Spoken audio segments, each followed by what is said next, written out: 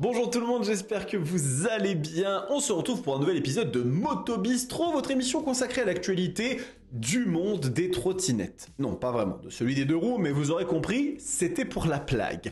Aujourd'hui, on va parler de l'évolution d'un modèle, et même de deux modèles, parce que tant qu'à faire, pourquoi pas, que j'affectionne particulièrement. Ce sont des machines que j'ai pu tester il y a déjà un certain temps de ça sur ma chaîne, et ces modèles évolués existaient déjà dans d'autres marchés, mais pas chez nous. Voyez-vous, quels malchanceux et malchanceuses nous étions. On va parler aujourd'hui notamment de la GSX S1000 GX chez Suzuki et la GSX S1000 GT, deux motos dont le moteur est dérivé de la GSX S1000 et qui reçoivent pour 2025 une version plus avec toujours plus de choses très intéressantes. Vous allez voir, ça va être très cool. Alors, avant de commencer, vous le savez, petit rappel, on est en 2025, gardons les bonnes habitudes. N'hésitez pas à vous abonner à la chaîne, activez votre cloche de notification, ça me soutient concrètement, c'est un soutien important. Et puis, le petit like et commentaire référence la vidéo, mais m'aide aussi à en savoir un petit peu plus sur vous, sur ce que vous aimez, vos préférences. Et si jamais vous voulez me soutenir encore un cran au-dessus, vous avez le statut Roadsters. Il vous suffit d'aller sur l'accueil de la chaîne et d'aller dans la section s'abonner. Et vous pourrez, comme ça, me soutenir. C'est un petit programme qui est sans engagement, mais ça me soutient très concrètement. Alors, comme je disais, on va parler de deux machines aujourd'hui. On va parler de la GSX S1000 GX et de la GSX S1000 GT, deux motos vraiment que j'affectionne particulièrement, l'une comme l'autre. Elles sont vraiment extrêmement sympas. Ce sont des dérivés du moteur de la GSX S1000, le Roadster gros cœur aujourd'hui de Suzuki, qui lui-même hérite son bloc de la GEX 1000 de 2005 à 2008, moteur vraiment fantastique.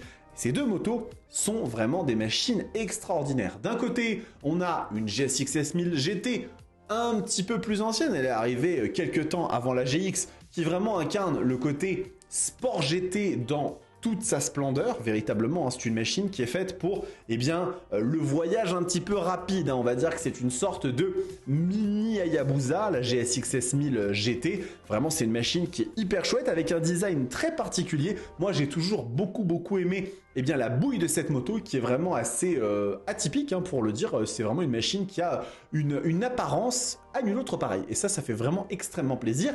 Et il y en a aussi une autre qui, elle, est arrivée un petit peu plus récemment et qui a véritablement fait sensation, c'est la GSX S1000 GX qui est le premier trail crossover de chez Suzuki. Alors, qu'est-ce qu'un trail crossover, me diront les puristes? Un trail crossover, c'est un trail sportif, c'est-à-dire qu'en fait, c'est une machine qu'on apparente au trail, c'est-à-dire carénée à guidon droit, avec des aspects de confort. C'est dans cette catégorie qu'on va retrouver des motos comme la BMW R1300 GS très connue, la Multistrada, la F900 XR, etc. Et il y a des catégories de trail. Vous pouvez avoir des trails qui sont extrêmement baroudeurs comme une Adventure R ou Rally chez KTM. Et vous pouvez avoir des trails un petit peu plus sportifs. On a tendance à appeler des crossovers comme la S1000 XR, la Multistrada V4 RS, la M1000 XR, bref, vous aurez compris le topo. Et donc cette GSX S1000 GX, c'était une véritable, c'était un risque, on va dire, pour Suzuki parce qu'en fait, c'était la première fois que le constructeur d'Hamamatsu se lançait sur les suspensions semi-actives. Même la Hayabusa récemment remise à jour en 2021, n'avait pas cette technologie et la GSX S1000 GX en avait hérité.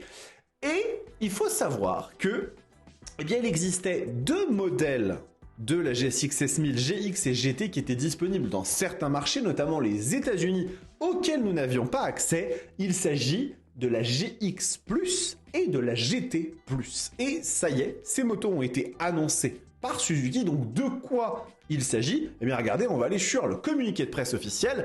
Pour 2025, GSX S1000 GX et GSX S1000 GT sont désormais proposés en version plus, une déclinaison suréquipée pour décupler le plaisir de rouler et de voyager. Alors ça, c'est très chouette parce que, on le sait, les motos voyageuses, on aime souvent leur mettre quelques petits accessoires à droite à gauche, histoire que vraiment la dotation soit complète en fonction de nos objectifs et de ce qu'on veut en faire.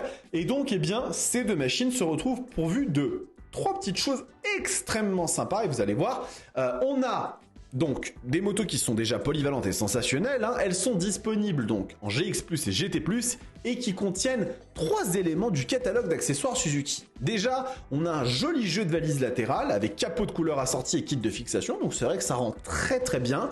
Chacun possède des contenances de 26 litres pour un volume extérieur de 36 litres.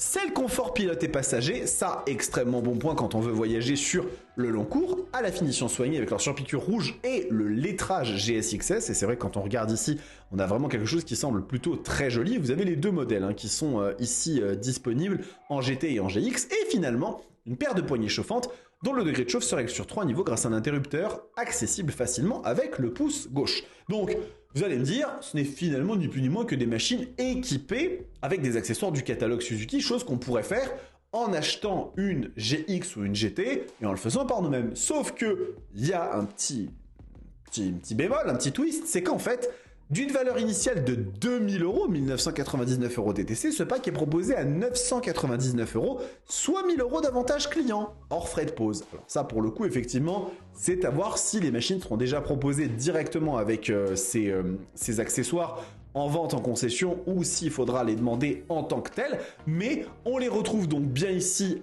sur la GSX-S 1000 GT+, à 16 198 €. Donc on voit bien que la valeur standard de la GT est à 15 199 €, soit 1000 € de frais de plus.